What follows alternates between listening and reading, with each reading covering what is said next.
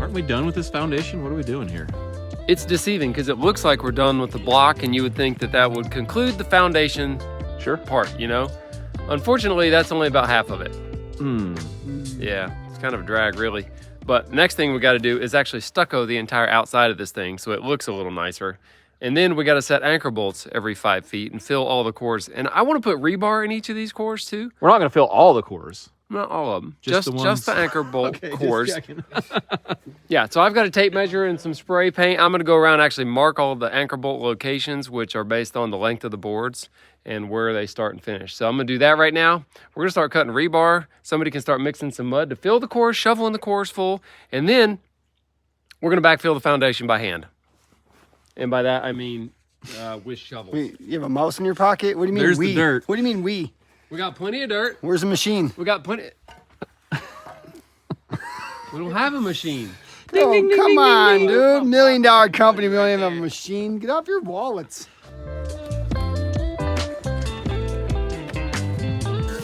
This is the break. We're gonna start from that side.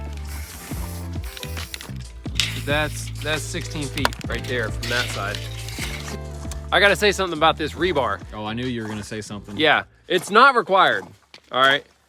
But I like to put it in because have you ever seen a foundation where there's one block that's just cracked loose all the way around it? Mm-hmm. It's on probably the on the top.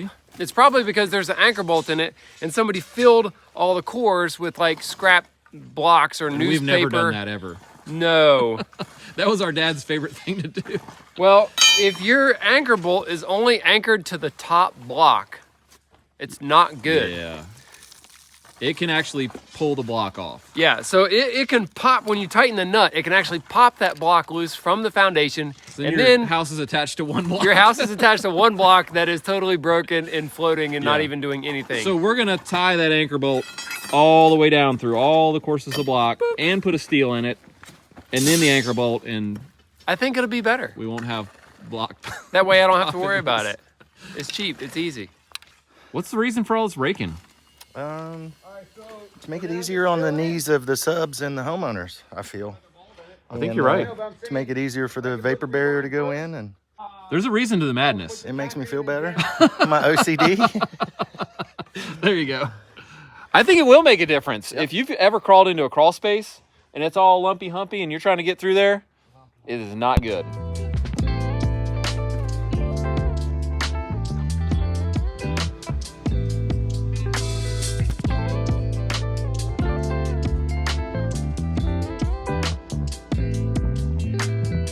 I just talked to Carol at Jennings Builder Supply that brings us our materials.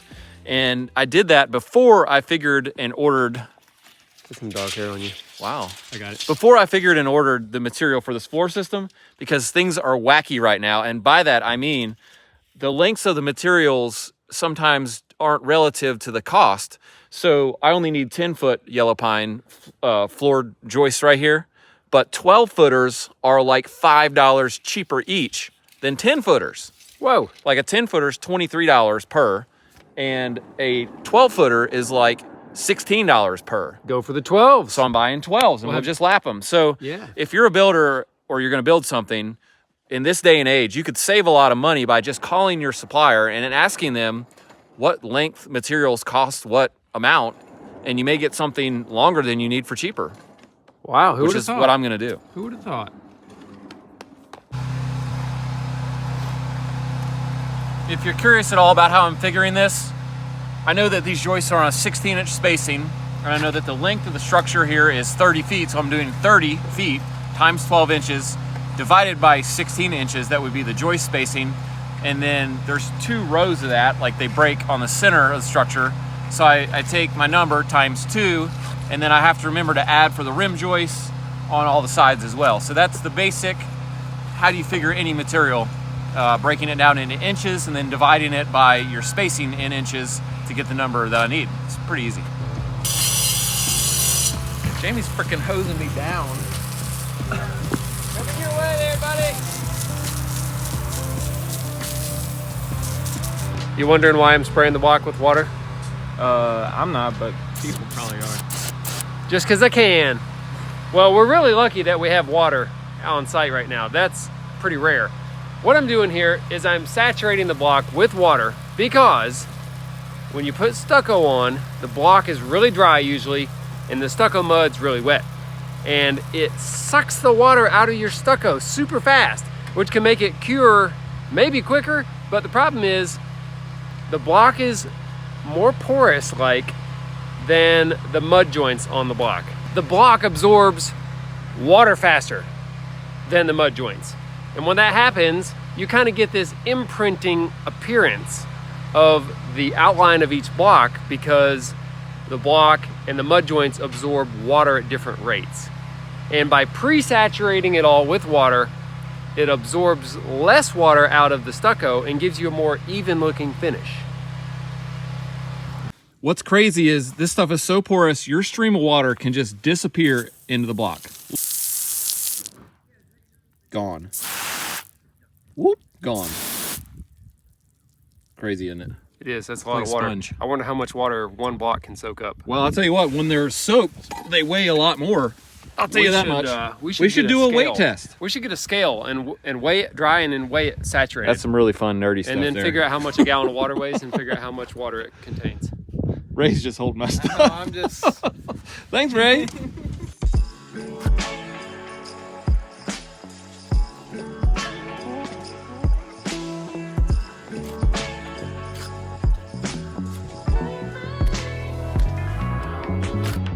There's nothing really special about this stucco mix. We're using the same Type S mortar mix and sand. Same ingredients as block laying mud. We just use a little more water and a little less sand to make it a little more kind of creamy and a little looser, we would call it, which just means less stiff. And it should trowel out really nice and easily and smooth, which it does. A few things that can help you to do a better job on your first go of this, because the first time I did it, it didn't turn out great. The reason is I put it on too thin. It sounded like this. You hear that? Now, I thought I was doing an excellent job because I was like, oh yeah, listen to that. I got it on there so perfect. Oh yeah. Now, while that might look good right now while the mud's wet and it's nice and flat and everything, it's so thin when it dries, you're gonna have this imprinting that's gonna show the outline of every block. That's kind of defeating the purpose because the whole purpose of this is to give it a textured kind of visually pleasing appearance so that you don't see the block, all right? So I had to go back and do mine again a second time.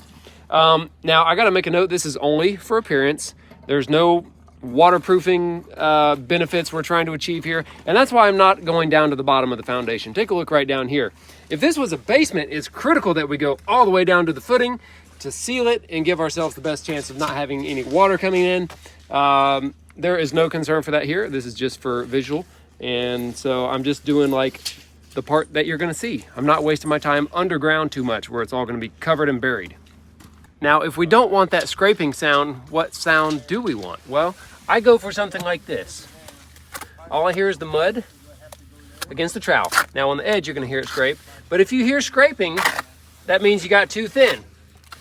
It should be no scraping. That's all there is to it. Getting some mud on my hand here. Is he getting out of hand like it sounds like he is over here? Dude, it's just flowing this morning. I don't know what it is. I don't know if it's just a beautiful day or what. I had some good coffee.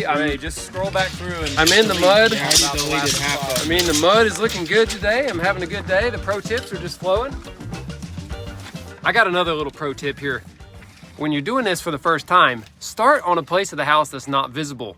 Right here, I'm working underneath a deck. It's not gonna be very visible. That way, if you need a little bit of time to develop your technique or your texture, you might do an area and just kind of, observe how it looks and say, well, maybe I can improve on that. Or maybe you say, hey, I'm happy with it. You don't wanna change the way it looks out in the middle of an area that's very visible. So start on the back of the house, start under a deck, start below grade, get good at it a little bit, and then go do the parts that you're gonna see every day. I got a pro tip. You want to hear it? Okay, fine. Well, this is my pro tip. I don't know if you like it or not, but I don't want to put the steel right in the center. Because then what happens, then the anchor bolt's going to hit the steel. So if I just set this off edge a little bit.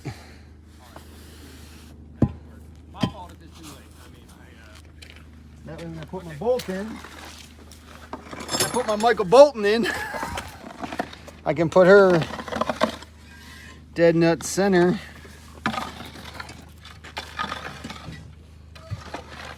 Anchor bolts seem so simple, don't they? You Yeah. stick it in there, your plate goes on here, and then you put a nut and a washer and it bolts it down. Well, a really critical thing that I've seen a lot of people mess up is to stick these things all the way to the thread, because that seems like a predetermined length, right? Wrong. See how far that sticks out? About 1 3/4 inches. And by the time you put some sort of a sill sealer and you're thicker than 1.5 inch plate on there, guess what? The nut will not catch on that. And then you're gonna have to like countersink every single spot where the anchor bolts are. So I leave these things out like 2.5 at least, to where the nut is fully on the threads. Sounds so simple, but almost every time we've hired this out to someone else, it's been all screwed up. So just leave them a little higher than you think would be my advice. And you don't want them too high, because if you have the threads higher than the board. Yeah, as long as the threads, you know, like right there, I'm at 2 5/8, that's fine. It'll work. It'll be really nice. Hey, Jason. I'm telling you, did you hit that? Whoa, it is just disappearing. I know, dude, it just sucks down. I don't understand. Well, it's gone now. What? That's what happened over there.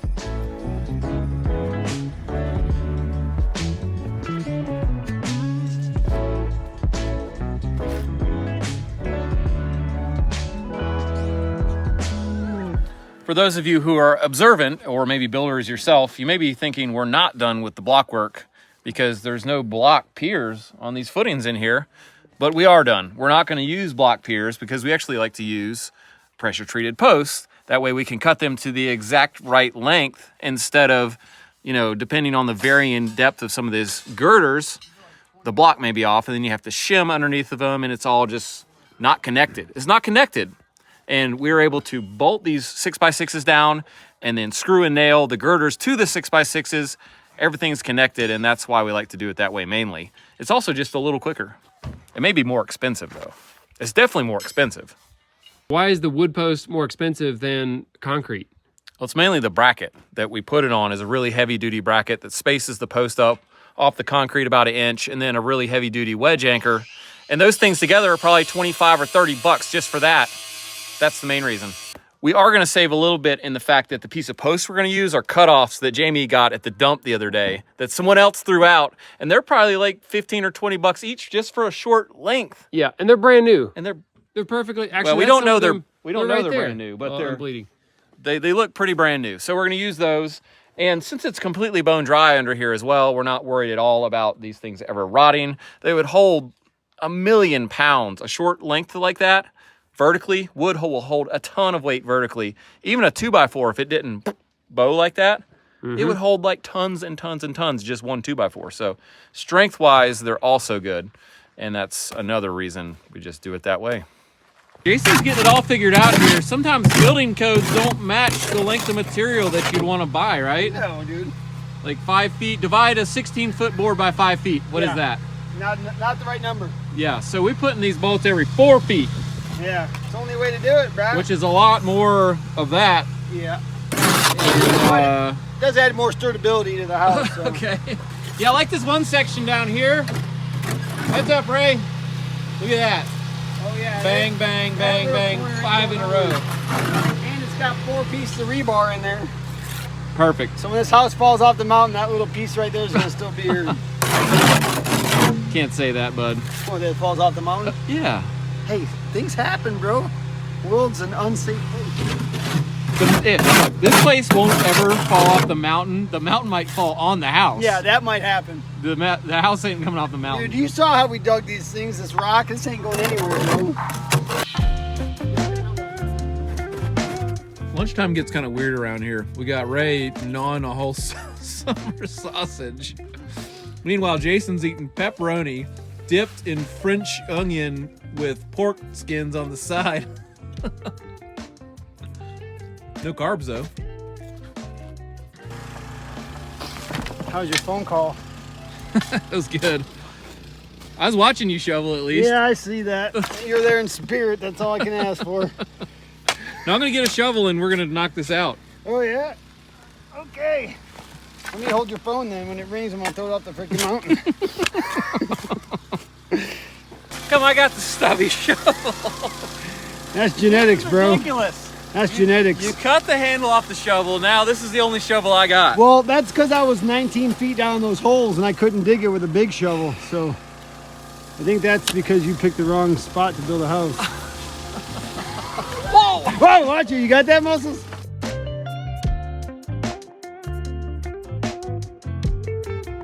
So we had this young guy that worked for us for a while back. He's about 18. Every time we asked him to get a wheelbarrow full of stuff, he'd make this noise. It was like, ah! Every time he'd pick it up.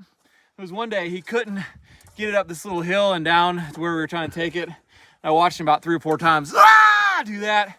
I'm like, all right, dude, let me get it. So I'm thinking it's really heavy, right? So I get up under that thing. I'm like, ready? Like full force.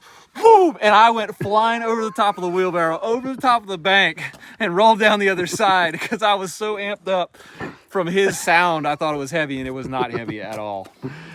Yep, He was just looking at me like, what an idiot. He's like, man, you are so strong.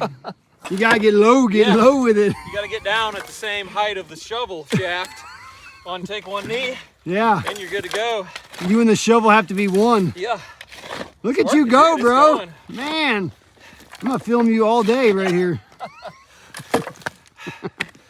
The backfilling process is really important, and the number one problem I've seen with houses that, mainly with basements, have water problems. It's because the grade, whoop, is sloping right towards the house.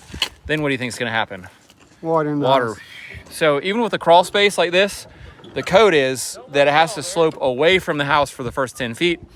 Then it could go up again as long as the last 10 feet to the house is up. Yeah, the technical term for that is called negative drainage, and then it would be positive drainage if you had water running away like it's supposed to.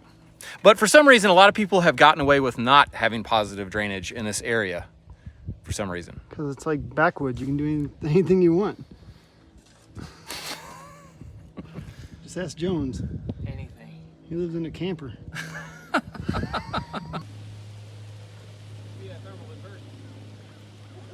Look at that. Why are they going up? Wow. If you watch out here, Jason, you'll see hawks and eagles riding those currents up this valley. What? Yeah, they're not even flapping. They're just I did circling. see a couple deer the other morning. Did you? Yeah. Don't tell any locals. Why? They'll be shot. We'll start wearing orange to the chest, right? Come on, wheelbarrow. Oh, man. In the hole. I don't want to mess up the stucco, bro. It's a little push and you're done. Don't touch the stucco. All I right. didn't touch the stucco. Don't touch that stucco. Hey, that's a wrap on the foundation. We got wood coming tomorrow, the next episode for you. We're going to start framing this floor. Thanks for shoveling with us today. We'll see you next time.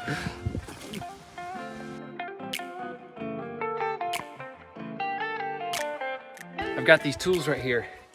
If I made a rack and they were like this, right on the People back would window, think you're an idiot.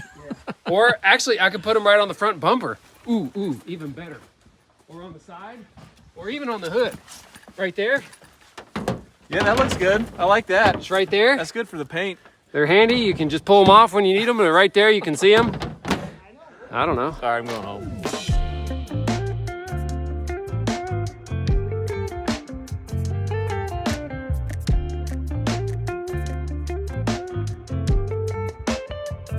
If you've enjoyed this video, please remember to get subscribed, give us a thumbs up, and check back for any videos we'll be releasing in the near future. Thumbs up.